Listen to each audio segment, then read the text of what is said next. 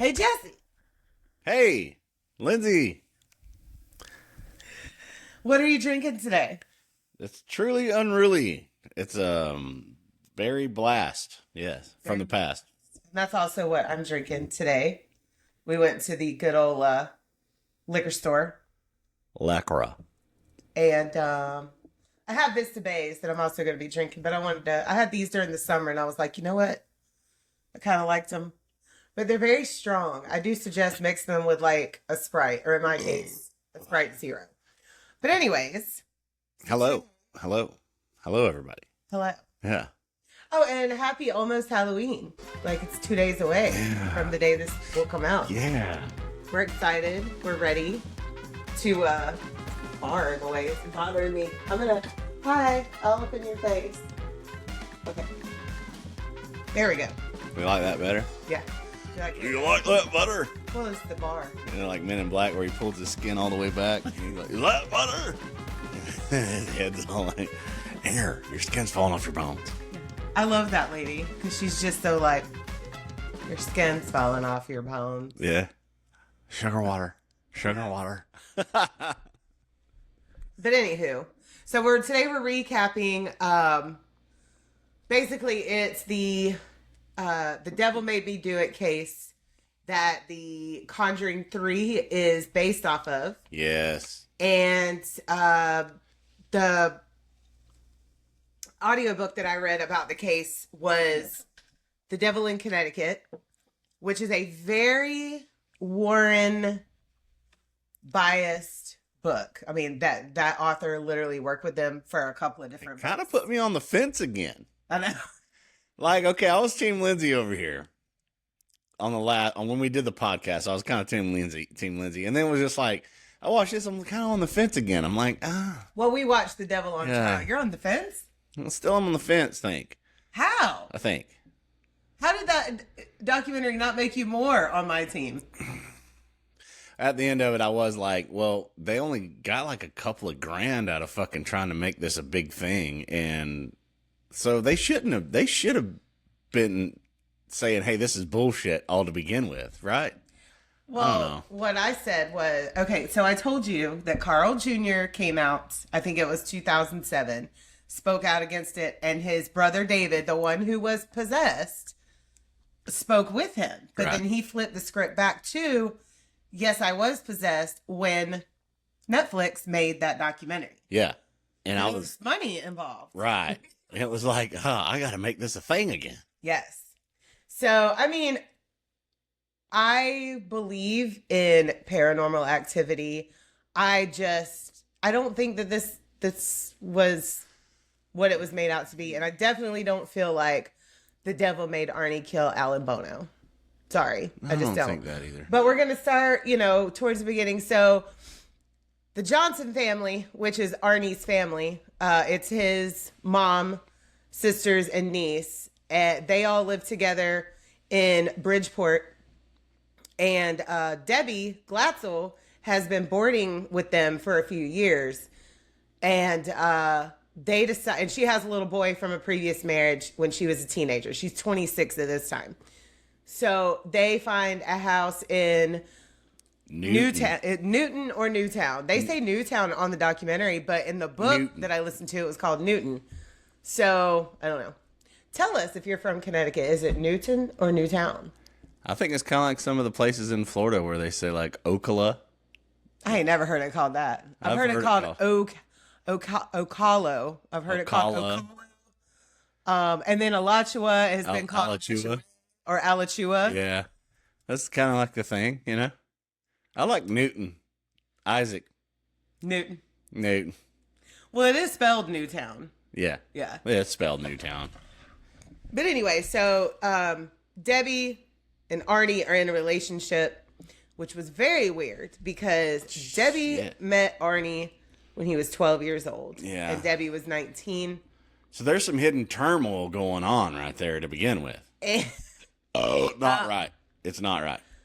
And but now he's 19 or 18, almost 19, and she's 26. So her, Arne, and Jason her and Arnie decide to go find a new home for his whole family, along with Jason. They find a house that is going to be accommodating to the whole family, and they're going to have their own like little private quarters in this apartment. They get there. They had signed the lease, like sight unseen. So they get there. Everything's kind of weird. Like the niece of the landlord is still living there in the apartment where Arnie, Debbie, and Jason, her little boy, is supposed to live at. And then so there's some items from a previous tenant still in the house, one being a waterbed. And in the waterbed room is where everything goes down. Yeah, he says he gets like pushed in. Something pushes him in the waterbed. So like they were cleaning up and straightening up and everything. Debbie's mom and her brothers, David, Alan, and Carl Jr. Right. all come over to help clean this house. Debbie gives them all little jobs. David's was to sweep and clean out the closets or something like that. And when he goes into the waterbed room, like Jesse said. And I was like, this is a healthy thing. Like, they're just going in, they're getting all their stuff together, cleaning up, straightening up, and all that. And something shoves him on the waterbed and says, beware. Right? Yeah. Is that what it was? I'd have been the fuck out of there forever, evermore. Right there. Well, yeah, that's a lot of these cases. I don't understand why people hung around. I know it's expensive to move, whether your house is haunted as fuck or not.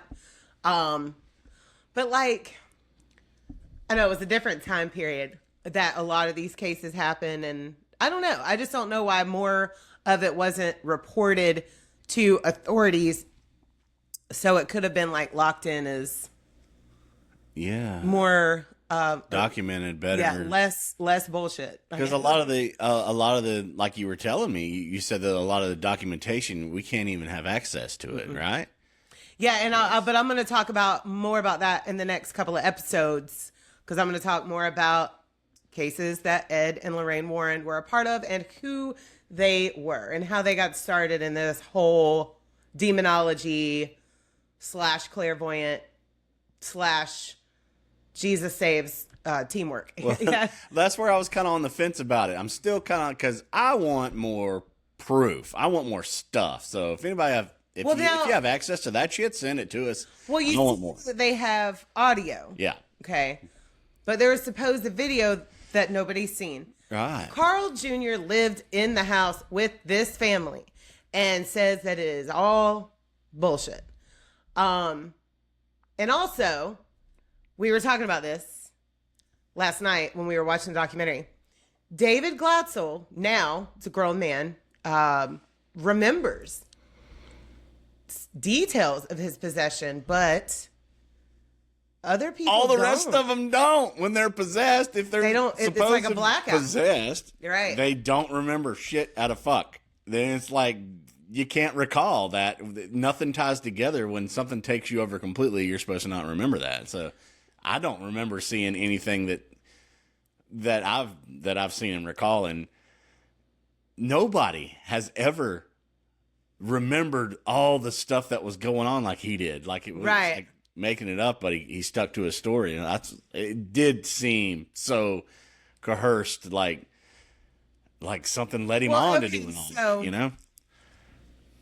After they left the rental house, they decided that night that they were going to go back to the Glatzel house and stay the night there after shit just wasn't going right. And this was before they found out that David had an encounter.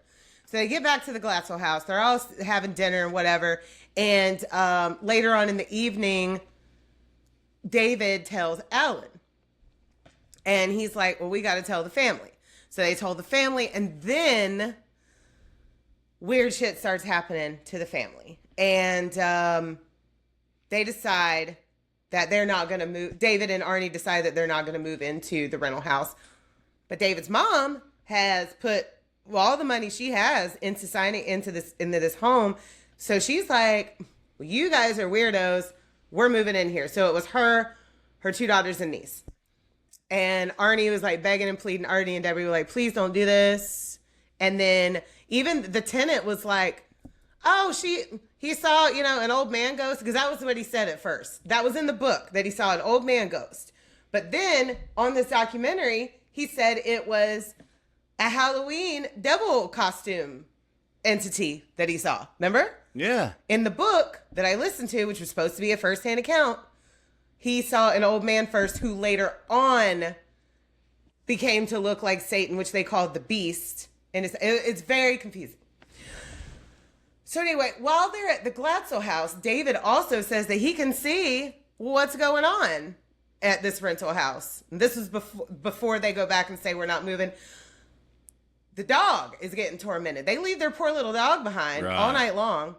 And the dog gets tormented. When they show up at the house to get their shit, because they're not going to stay anymore, the dog is like matted and sweaty and bloody, and he's distressed, allegedly. So Mary says, I'm going to live in this house. You guys do what you want to do. So they all move back to the Glatzel house, where shit continues to go down with David. So they decide, and in their home, like everybody's starting to experience weird shit. And then Carl Jr. is getting an attitude because he's like, y'all are crazy. Then they think that he's being possessed. Not quite possessed yet. They think that he's being affected by this entity as well, because now he's got an attitude making fun of his brother, which he never did before. But at the same time, here's this new thing that you've never experienced before happen in your family. And he's just like, y'all are fucking shot out. What the hell? Wild. This is wild. Yeah. So at first, Judy calls some priests to come bless the house. They're like, here's some holy candles. Burn these. Get back with us. And in the doc, they were trying to portray that like they were a religious family. Right. But they weren't. They weren't not. And then all of a sudden it's like, oh, let's decorate the house. Let's break out all the cool stuff and make it like we're all this holy Catholic, Christian thing. But they really weren't. They're dragging priests into this stuff and trying to make it to where they can add more of a narrative to me, So the priests can't do anything. So they, of course, end up getting with the Warrens, who come in and tell them that they're in the infestation stage of a haunting. And so it's infestation, oppression, and possession. So they're in the infestation. They try to get to the source of where this all started. And the word that I couldn't think of, by the way, was a deliverance. When they instead of doing a whole exorcism on David, they were just supposed to do a deliverance, like delivering him from the evil, which is pretty much the same as what I said. I said rebuking. Right. That's all that. And here's another argument that I have. So the Christian denomination, the Christian religion will tell you that the devil has no power. But in all these cases, seems like they have all the power. Yeah. Revolution. Yeah. That guy is so great. What's his name? Oh, I don't know, but I've been watching him a lot. Revolution. Yeah, so this guy on TikTok who lists, he's got this great little handlebar mustache. He's great. And he lists all these things that are worthy of revolution. I agree with every one of them. Why? Love it. I think that I need to add some, because I think I have some things I need to say too. So comment and he'll We got to take the power back. Yes. Yeah, I do think that eventually that is probably going to happen, but it needs to happen locally. Not that we're into politics or anything like that, but I do like that revolution guy. I really like that stuff. Yeah. Right, but I mean, you don't have to be into politics just to see what is bullshit is going on around you that ain't right at all. Exactly. Okay, so they do a couple of these deliverances, which is basically an exorcism that's not being permitted by the Roman Catholic Church or the diocese. And at one point in one of them, I don't know if I said this in the episode or not, but like David allegedly almost dies. Like he was in fear for his life because I don't know what they do during an exorcism, but I know just from hearing probably 100 different cases about shit like that. It's traumatic to, because it's always on kids. It's very traumatic. And when they were fearing that David was possibly could lose his life over this, Arne challenges Satan, the entity, and says, "Take me." Which is completely all set up just like Exorcism, the Exorcist movie. And I'm like, this is so set up. It just seems... It does seem very set up. It seems like somebody's telling them what to do and when to do it. And we'll document what they're doing after we've done, taught them how to act this way. Carl Jr. says that when the Warrens initially came to their home, he said, okay, this is what you're going to start experiencing with David. And sure enough, it happens. But David overhears all of it. Like Ed and Lorraine are telling them right there in their living room in front of the whole family what's going to happen.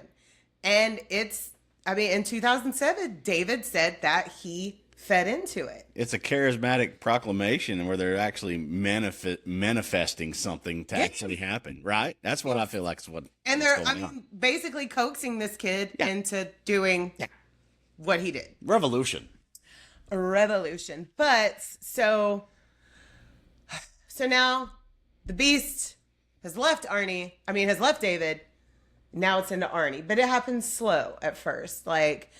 So according to the book, I do believe, or I may have read this, Arne gets possessed on a few different encounters before a tragedy happens. So everything's calmed down at the Glatzel house. Debbie's like, I think it's a good time for us to go out, me, Arne, and Jason, go find our own place again.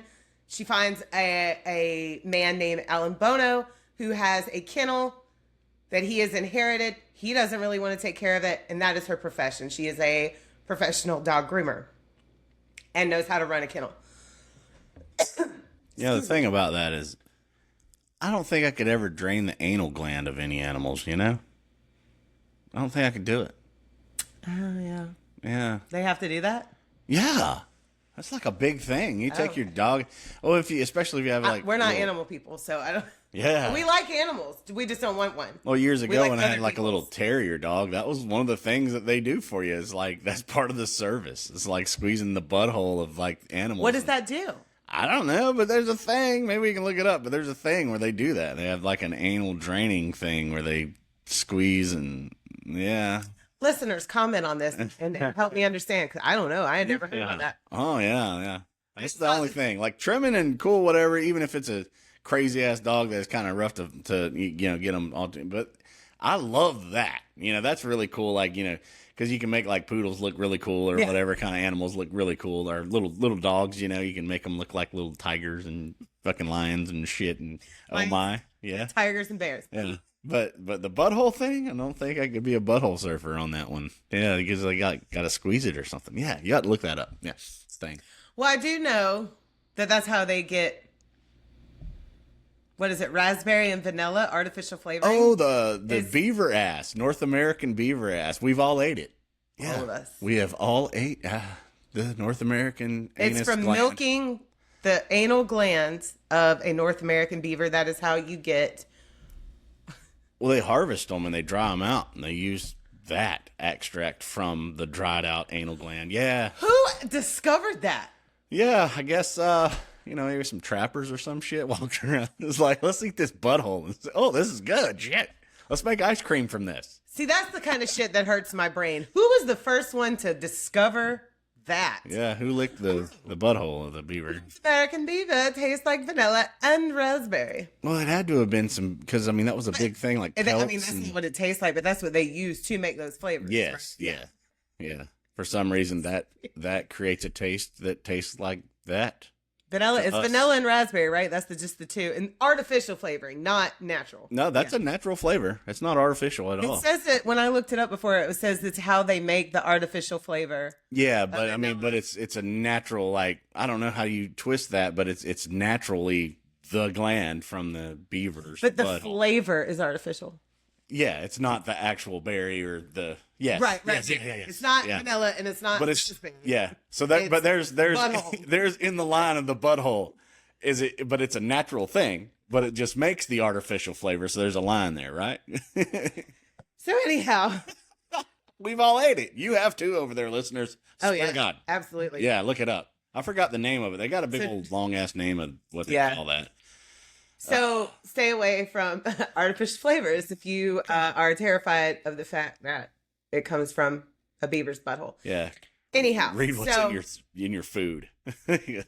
So Arnie, Debbie, and little Jason move into. There's an apartment above the kennels that they're gonna live in. It's like a dream combo there. Okay, you got your home and your workplace all together. Now, Alan Bono, he was a cool older guy. And, you know, when I was listening to the book, I was, like, expecting him to be this, like, old, haggard guy that kind of looked like David Parker Ray. I don't know why. But then when I looked up his picture, I'm like, he was a pretty kid Joe. Yeah. He was a pretty boy. Like, legit. So, Alan's a drunk, though. And, they got along with him pretty well, you know, but sometimes he could be too much. It was said that he would just kind of drink till he passed out. Well, one day, I forgot the exact date and I don't have my notes. I think it was February, right? February 1981. Yeah. So Arnie wakes up, he doesn't feel good. And so he calls out from work. Debbie's sisters and niece are going to stay. They were like out, school was out that day, so they were going to stay the night. And so they're working in the kennels. Alan's like, let's all go out to lunch. So Arnie, by this time, I guess, was feeling a little bit better. He was better enough to go eat lunch, and they all had like burgers and fries at a restaurant that also served wine because 13 glasses of wine were ordered to this table. Now, allegedly, Debbie didn't drink any. Arnie had one glass after being pressured by Alan, and Alan drank the rest. And then on the way back, they stopped at a liquor store so Alan could get more wine, and he continued drinking. Just like the police said at the very end of it, you know, alcohol, some turmoil, a trifecta type relationship going on. It's all there. There was rumors that Alan and Debbie had an affair. Mm-hmm. Don't know when, because, you know, all this kind of just happened very quickly. So the story goes that Debbie felt like something bad was going to happen. She got in a feeling of impending doom, called her mother, and her mother was like, oh my God, I got the same feeling. She was like, y'all just come on over here. Well, Debbie's like, I got to finish up with work. But then Judy Glatzel, the mother of the family, I don't know if I've mentioned her name in this episode, but she starts calling back every half hour, and then finally is just like, get here now. Like, I really feel like something bad's going to happen. Well, Alan had still been drinking and was insisting on them staying for dinner as well. Debbie was like, no, we're going to go to my mom's house. And he's like, please, please, please. And she didn't really want to, but she was like, okay, I'm going to go get pizza. So they go get pizza, and I don't know if I put this in the story, but as the book is told, she wanted to make, because Alan was in their apartment. She wanted to get him to his apartment because she knew once he had drank enough, he was going to pass out, and didn't want him passing out in their apartment. So she's like, all right, we're going to go eat this pizza in your place. So they get to his place, and he's got the music blaring. He's fucking with the TV. He's pissed off and yelling and cussing at the TV. Very chaotic situation. Yeah, he's throwing shit and all throwing shit, yeah. Right. And then and Debbie and Arnie are like, all right, we gotta go. So they they gather up the girls who are trying to go, and Alan, in kind of a drunken rage, grabs one of the girls. Well, somehow during all this Debbie says that Arnie gets possessed and starts hitting and beating her. This is my opinion, and I'm going to say this. I feel like the affair was exposed at that point, because why else would he just be... I mean, I'm sorry. I understand that if this was a real possession, that could possibly happen. Mm-hmm. But it's just really convenient how out of nowhere he starts beating Debbie, even though Alan is holding on to one of the girls, and Alan should be the sole purpose, the sole focus of any kind of altercation. But Arnie is beating on Debbie. And then he supposedly comes to and apologizes. I guess the devil left him for a minute. But then he comes back in him and he stabs Alan Bono. Yeah, and some of the kids are in the car and they didn't see what really. Yeah, two of the kids had run down to the car. Yeah. And the other one had gotten up from the grip before Arnie and Alan start going at it. Doesn't that make sense though? So at some point, I really feel like this affair. Fit of rage, man. All the shit fucking hit the fan. Shit hit the fan. Shit hit the fan, and I'm drunk, and I'm exposing revolution. I do not feel like the devil had any part of this story. No. So it is alleged that it's not alleged. This actually happened. So after the stabbing, Arnie takes off. But it is alleged that when he was found, he did not remember anything. And he was like, huh? I did what? I murdered? Right. So he gets arrested. And now the Warrens, they have already like premeditated this happening after the exorcism of David. They went to the police and said, I feel like something bad is going to happen and a killing may involved. And I think she actually said stabbing. Yeah. And so I don't know if they took it serious or not, because the Warrens work with the police. They work with the church. They work with, they had already been at this for about 30 years. This is like a premeditated, coerced. Yeah. All the worst. Yeah. I think just planting all that, the seed in there, and then you put all the rest of it in the salad, everything just exploded on top of, the alcohol and the relationship and the turmoil and everything hit the fan all at one time. He probably used all of that to actually manifest something that turned into something, like the knife and shit. I feel like they kind of planted the seed there, Maybe Lorraine had some, because, they had been involved with this family a lot over the past few months. Maybe she knew that Debbie was running around on Arnie. Maybe she knew. Yeah, well, then they all might have confided into him in different situations. Maybe they pulled him in, and had... There's still a lot of the story that we just don't know. Probably never will. Right. Had independent confessions or something with each of them, and they all kind of fucking knew what was in their minds and then started feeding off of that to create a huge narrative, But Lorraine and Ed said, no, Arnie didn't do this. The devil did, because he tested the devil and the devil entered him and possessed him. And this would literally be the trial of the devil made me do it. And they were trying to use that because they were getting away with that shit in Europe, right?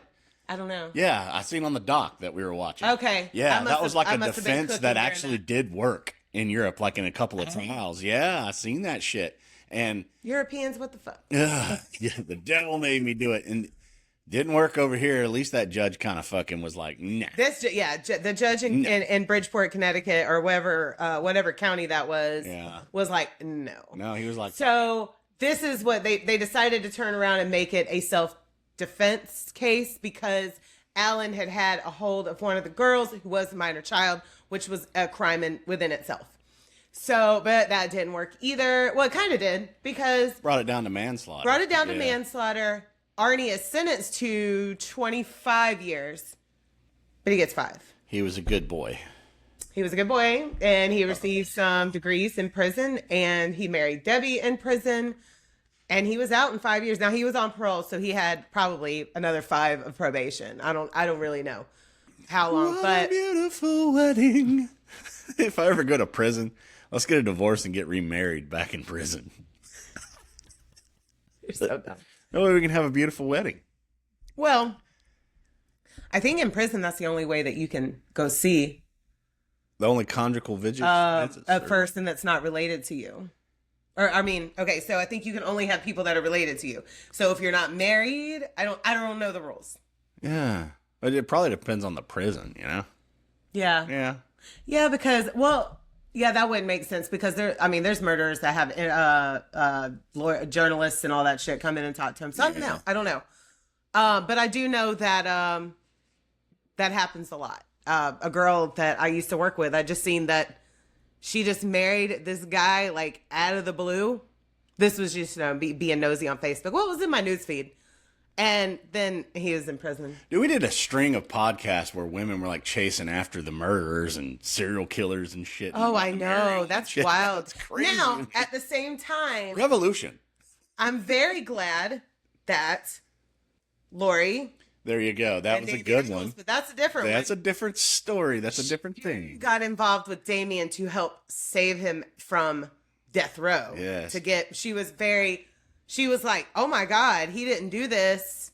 Let me help him. And then they fell in love, and she has worked, and they married, and she has worked her ass off for, what is it, 30 years now? 25, I think, is how long she's been involved. And that was our last October's where we did the whole satanic panic stuff then, because we think, and we keep bringing that back up because we support them boys. We really do. And we're waiting. We're just waiting for the justice. That's what we're waiting on. We're going to keep bringing those guys up from the Memphis 3. Got out of prison. So yeah. Go back and listen. We have a 3-parter on that. West Mississippi. We've been talking about them forever. Man. Oh yeah, I'm gonna plug them forever because I'm very just, I don't know, that case is really special to me. But yes, those guys got out on an Alford plea, but they are still convicted murderers, and they didn't do it. And the guy that did, or the people that did commit the murders, have never been brought to justice. They still walking around. Which I think is one person, but that's just our opinion. Just our opinion. Revolution. Our opinion, revolution. But I'm glad this is kicking in because I was kind of blah, dude. We went and ate earlier, and we had fam. Been relaxing. Breakfast / lunch brunch with the fam. Got the cosmic vibe over here trying to get me alive. Revolution. And I am sitting. I've turned my air down, but I'm sitting over here on the verge of a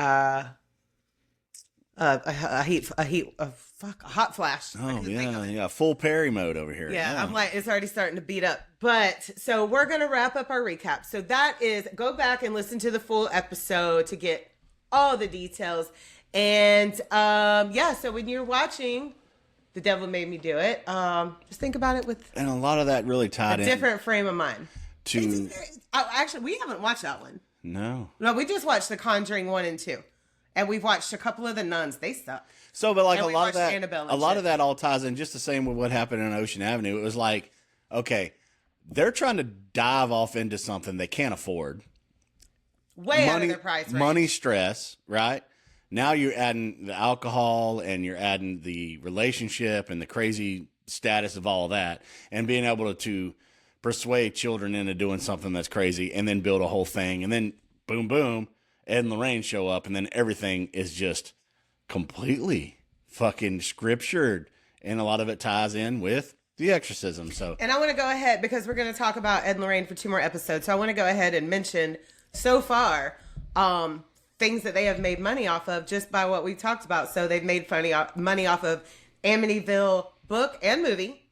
They've made money off of the Glatzel family book and an entire universe of movies. And there's going to be more books and more movies that we're going to talk about in the next episode. So, and herein comes Netflix, so they're going to cha-ching on that one too, right? I don't know if they made any money off of those. I mean, they were both gone by that point. Well, Ed and Lorraine didn't, but the parties involved. Yes. Parties involved. Yeah. So it's all going to come together, and I'm literally going to list out everything that they had their hand in, like that they made money off of, and they made money off of the Glatzel and Johnson family. And they had even at one point told told David that he was going to be a rich little boy, but he was not. I think it was, what did I say? 40? They literally did say they were going to be rich, and they all went to California and didn't get fucked shit. I didn't know that. They got, and now the mother, she went on to do interviews and stuff. The dad, he was a whole vibe. Carl Sr. with his hat that said, the documentary. Yeah, he was wearing like a trucker hat that said "fuck off" or something. I was like, "That's my guy. That's my guy." He reminded me of like a mixture of Waylon Jennings and Charlie Daniels. That's what I said. Waylon's on the screen now. Yeah. But also with a Charlie Daniels. Yeah. Yeah. Yeah. It was really cool. Old school 70s, good old boy, you know? But yeah, he was a whole vibe. I don't know what I got great vibes from the Carls. Yeah. Not from anybody else. Yeah, no, he was a cool cat, man. I could tell. What are you swatting at me for? Nah. What's your nails? They're sharp. They're going to put out plants. somebody's eyes. Yeah. It's hot in here. And we had that door open last night. We fried some good chicken. We did the Cheeto chicken tenders. It was good. It was good. That's where we were watching the doc too, or the Netflix, we were cooking the Netflix stuff, and we were cooking, we were chilling, we're doing our thing. We were frying food, and my house still smells like a fried tender, even with all the wax warmers and candles. So all in a circle here. Follow us Friday though. We're going to be dropping some shit. On Halloween, we're going to start part 1 of our 2-part series on Ed and Lorraine Warren and talk about some more cases they're involved in, but give a little backstory and some more information about them. More about the revolution.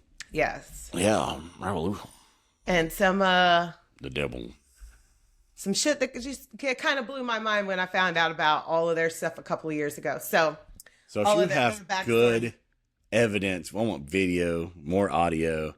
I'm still half-assed on the fence, but I don't know, Lindsay. You're like, oh, you're on the fence. I don't know, but I haven't seen enough yet. I want more. Out of all the cases that I know in my head so far that you don't know. Yeah. But there's one, and I'm going to talk about it in a couple of weeks. So. Yeah, you're light years ahead of me on this whole narrative thing. So I'm just now.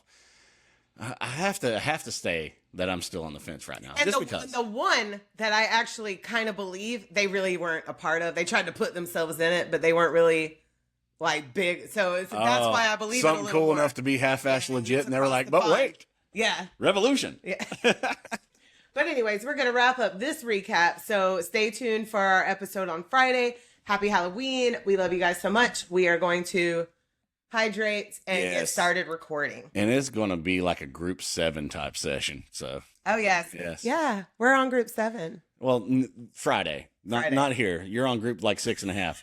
6.9 maybe. Yeah. Group 7 Friday. Check us out. We're going to be there. We're going to be doing 2 parts of Ed and Lorraine. So we're going to start our first part coming up. So we'll see you guys then. So excited though. We love you so much. Yes. Like, subscribe, comment, follow, share. And revolution. For sure. For sure. Absolutely. For sure. Bye.